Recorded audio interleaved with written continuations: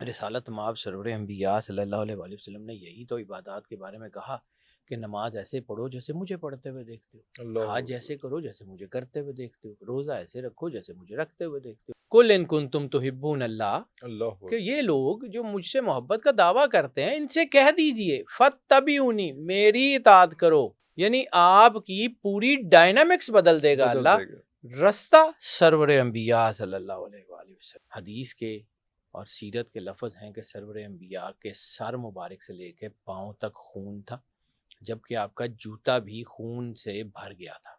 یا تو آپ تشریف لے جائیں تشریف لے جائیں۔ یا پھر جو ہے وہ آپ حکم کر دیں، ہم کر دیتے ہیں۔ رسالت مآب نے کیا کہا؟ نہیں، چھوڑ دو، اللہ اکبر، ان کی اولاد میں سے مومن پیدا ہوں۔ پیدا ہوں۔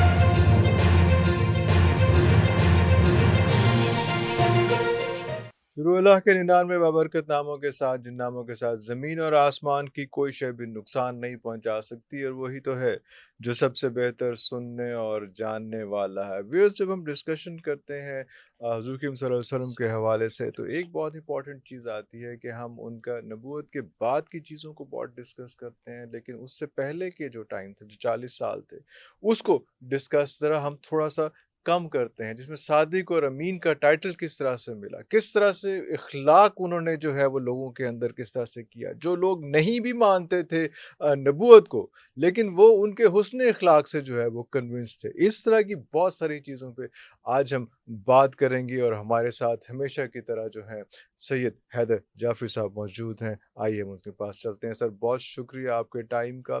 سر، ہم نے بہت کم سنتیں جو ہیں وہ شاید لگتا ہے کہ وہ اپنائی ہیں، اور بہت سارا ایسا جو ہے وہ اناٹینڈڈ، سر اللہ معاف کرے میں جملہ اس طرح اصل میں کہہ رہا ہوں۔ بات یہ ہے، یہ جو چیپٹر ہے نا، یہ میرے دل کے بڑا ہی قریب ہے، ارے اللہ اکبر، کیونکہ میں نے زندگی میں مطلب یہ نہیں کہتا کہ میرے کو بہت کچھ آتا ہے، لیکن جتنا کہ میں نے سیکھا، میں نے اپنے بڑوں سے، بزرگوں سے سیکھا۔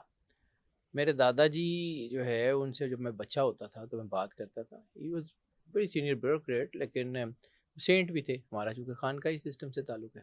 بالکل تو وہ بالکل، کہتے ہوتے تھے، جب میں ان سے کہتا نا کہ جی لوگ کہتے ہیں کہ جی، اس وقت بچہ تھا، 7ویں 8ویں 9ویں 10ویں کی بات ہے، کہتے تھے جی یہ بار بار پڑھاتے ہیں کہ جی دین اور دنیا اچھی کرنا ہے۔ تو میرے دادا جی کا اوپینین ہوتا تھا، وہ کہتے تھے کہ پتر دین تے دنیا علیحدہ ہے ہی نہیں، ہے ہی نہیں، اگر آپ نے سنت کے اتباع میں زندگی گزار لی تو آخرت اچھی ہے، اچھی آٹومیٹکلی اچھی ہو ہاں، جانی ہے۔ واہ واہ اگر واہ، آپ نے دنیا میں انسانیت کا بھلا کر دیا تو آخرت آٹومیٹکلی اچھی ہے۔ اچھی ہے، واہ واہ واہ واہ، دین اور دنیا انٹرلنکڈ ہیں۔ پھر میں نے بڑا ہوا تو میں نے یہ پڑھا، علامہ صاحب کا ایک کانسیپٹ، وہ اس کے اوپر لوگوں نے انہیں کافر بھی کہا، لیکن وہ مجھے دل کو بہت لگتا ہے۔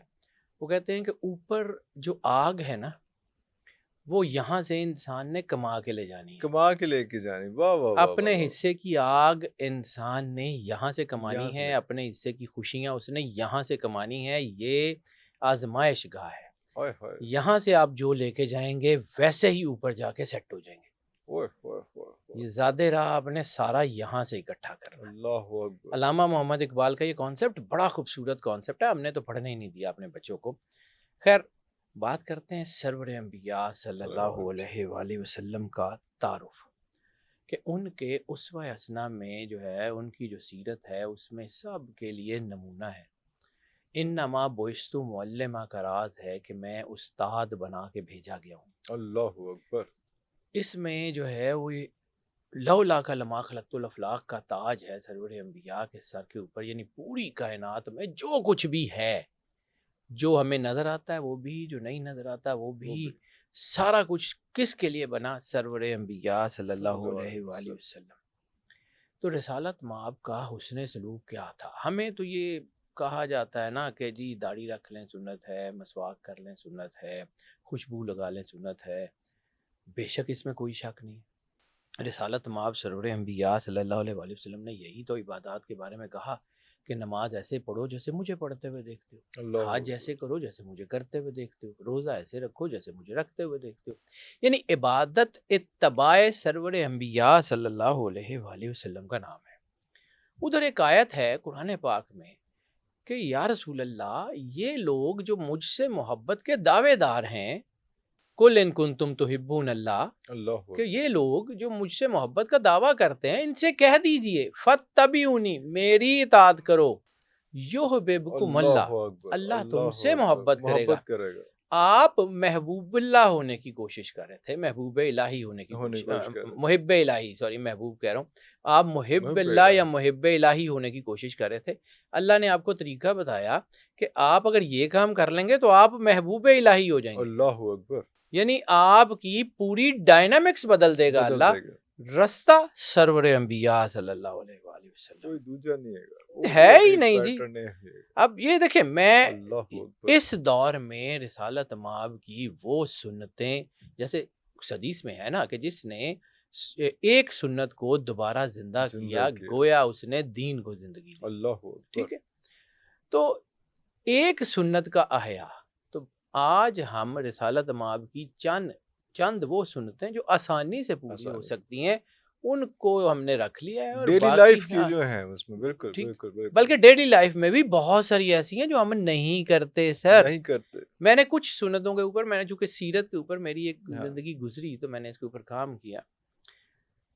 سیرت میں ایک بہت بڑی سنت سرور انبیاء صلی اللہ علیہ وآلہ وسلم کی نظر آتی ہے، ظلم پہ صبر کرنا اور ظلم کا جواب دعا سے دینا۔ اللہ اکبر، اس سے بڑی سنت یہ رسالت مآب کی مجھے، میں سنتیں بہت ساری ہیں لیکن یہ بہت بڑی بات ہے، یعنی آپ کو کسی نے ظلم کیا ہے، آپ سے کسی نے برائی کی ہے تو اللہ کی بے وقوف مخلوق سمجھ کے معاف کر دیں، معاف کر دیں، آئے ہائے، اپنے بچے تو کوئی غلطی کریں تو کوئی بات نہیں بیٹا پھر صحیح، اور لوگوں کا بچہ غلطی کر دے تو آپ اس کو ڈنڈا لے کے پیچھے پڑ جاتے ہیں کہ تو کیتا تو کیتا کیوں۔ سنت کیا ہے سرور انبیاء صلی اللہ علیہ وآلہ وسلم کی؟ مکے میں ظلم کی انتہا ہوئی، سب سے بڑی بات طائف، جب سرور انبیاء صلی اللہ علیہ وآلہ وسلم طائف گئے تو طائف کے لوگوں نے پتھر مارے۔ حدیث کے اور سیرت کے لفظ ہیں کہ سرور انبیاء کے سر مبارک سے لے کے پاؤں تک خون تھا، جبکہ آپ کا جوتا بھی خون سے بھر گیا تھا۔ ظلم کی انتہا ہو گئی تھی، فرشتے آئے تھے، آ کے کہا تھا کہ یا رسول اللہ، اللہ کہتا ہے کہ ان کو عذاب دینا ہے۔ پہاڑوں آپ کہیں تو اب دیکھیں یہ جملے ایک صحیح سمجھیے گا کہ اللہ بھی سرور انبیاء صلی اللہ علیہ وآلہ وسلم کے کانسنٹ کے بغیر نہیں کچھ کرتا۔ لا الہ الا اللہ اور محمد رسول اللہ صلی اللہ علیہ وآلہ وسلم آپس میں جڑے ہوئے ہیں۔ اللہ نے فرشتے بھیجے تھے نا، تو پوچھنے کی کیا زحمت کرنے کی ضرورت تھی کہ سرکار سے پوچھیں، اجازت لیں، پہلے اجازت لیں۔ فرشتے نے آ کے ہاتھ جوڑے، ان کا کہا یا رسول اللہ، اللہ کہتا ہے کہ ان کو عذاب دینا ہے، اللہ کہتا ہے کہ ان کو عذاب دینا ہے، اب آپ یا تو حکم فرمائیے یا تشریف لے جائیے، آپ کے سامنے ہم عذاب نہیں دے سکتے۔ ابو جہل نے کیا کہا تھا؟ اس نے کہا تھا نا کہ اگر آپ سچے ہیں تو اللہ کو کہے نا مجھ پہ عذاب نازل کرے۔ آیت آ گئی تھی نا کہ یا رسول اللہ اس پہ عذاب کیسے نازل کروں، آپ سامنے کھڑے قرآن کو سمجھیے کہ وہ قرآن کہتا کیا ہے۔ اللہ سرور انبیاء صلی اللہ علیہ وآلہ وسلم کا حیا کرتا ہے۔ اللہ اکبر، اللہ سرور انبیاء، فرشتے نے آ کے کہا کہ جی اللہ کہتا ہے کہ آپ کے سامنے نہیں، یا تو آپ تشریف لے جائیں یا پھر جو ہے وہ آپ حکم کر دیں، ہم کر دیتے ہیں۔ رسالت مآب نے کیا کہا؟ نہیں، چھوڑ دو، اللہ اکبر، ان کی اولاد میں سے مومن پیدا ہوں۔ ٹھیک ہے، اللہ چاہتا اڑا دیتا۔ اچھا، پھر اس کے بعد ایک اور رحمت للعالمین، آپ سوچ بھی نہیں سکتے وہ کتنے بڑے رحمت للعالمین۔ ٹھیک ہے ہم نہیں ہو سکتے وہ، لیکن کچھ تو کر سکتے ہیں، ان کے راستے کی طرف چلیں، چل نہیں سکتے ان کے راستے پہ، دیکھ تو سکتے ہیں، ایک آدھے کو تو معاف کر سکتے ہیں، دیکھ تو سکتے ہیں نا۔ یعنی سرور انبیاء جب ذرا اونچا کسی کے ساتھ بولنے لگے تو تھوڑی سی یہ بات تو ذہن میں آ جائے، تھوڑی سی اپنا لہجہ تو تھوڑا سا ذرا سافٹ کیا۔ یہ گھر سر، یہ گھر پورے کا پورا آل محمد، آل ابراہیم، یہ ایک ہی گھر ہے۔ رسالت مآب کے آباء و اجداد اور رسالت مآب کی اولاد، آل ابراہیم اور آل محمد کے درمیان میں سرور انبیاء صلی اللہ علیہ وآلہ وسلم۔ ٹھیک ہے، اب ان کے گھر کا جو ہے وہ ظلم کی انتہا، سب سے زیادہ انسانی تاریخ میں سب سے زیادہ ظلم کی انتہا کربلا میں۔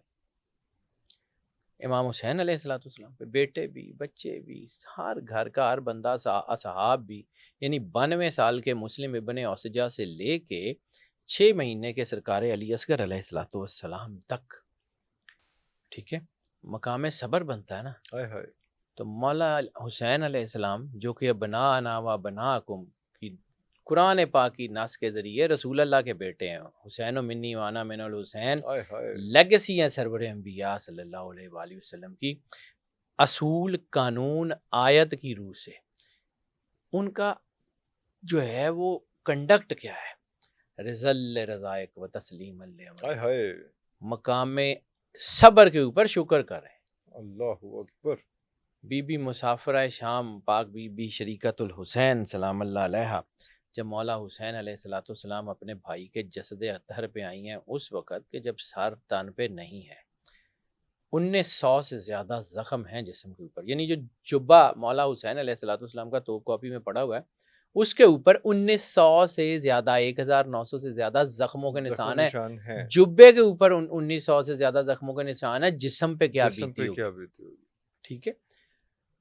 اس جسم کے پاس آئیں، جسم کے اوپر ریت پڑ چکی ہے، دھوپ پڑ رہی ہے، زخموں میں خون کے اوپر ریت ہے، ریت نے ڈھانپا ہوا ہے، سر نہیں ہے، آ کے پوچھتی ہیں آنتا اخی کہ کیا تو میرا بھائی ہے؟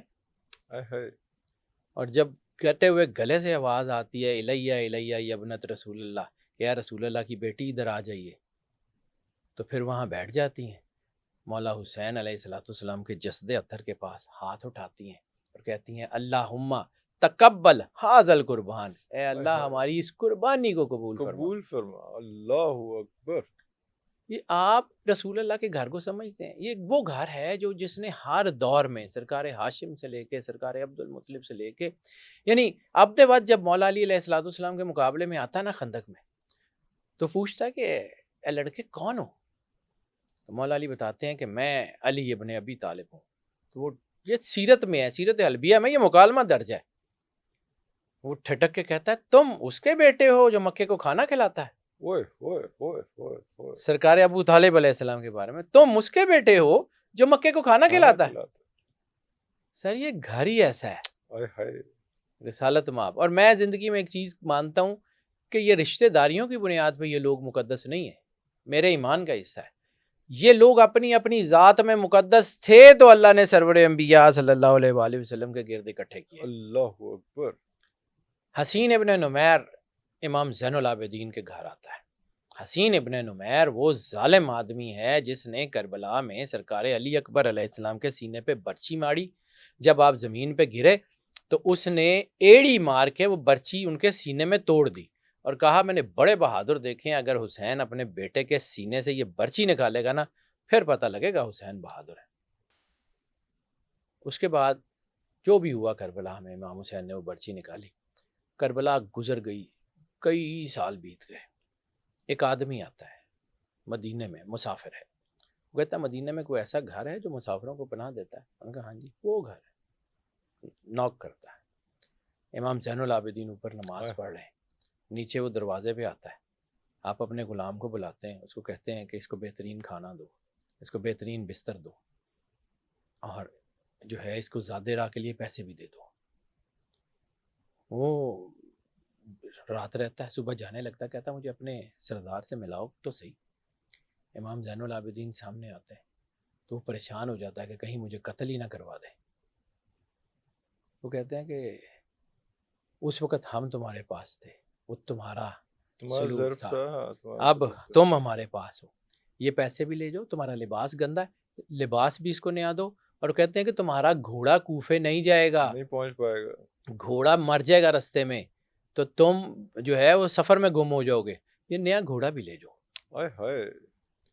یہ کنڈکٹ ہے اس گھر کا، یہ سنت ہے، ہم اس کا ایک حصہ تو کر سکتے ہیں نا۔